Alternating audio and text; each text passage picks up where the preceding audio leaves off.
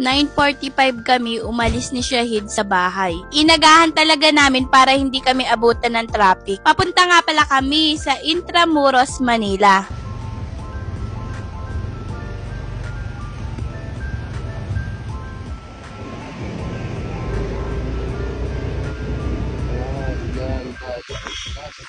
Dito nga pala tayo pupunta sa Palacio del Gobernador. Umikot nga lang pala kami ulit, papuntang parking. Sa mga oras na ito, napakarami na rin palang namamasyal dito.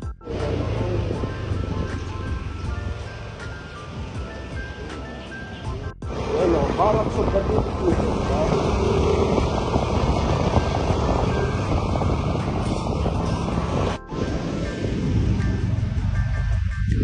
bawal dito. Salamat po. Salamat po.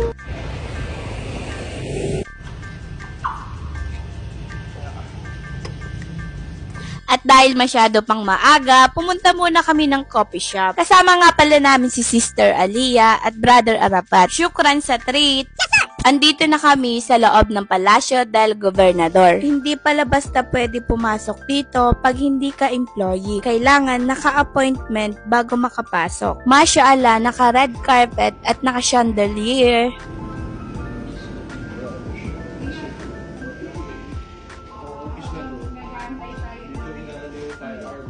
Dito nga pala sa Comelec ngayon, magkukutba si Shahid at ang kanyang topic ay patungkol sa kapatiran.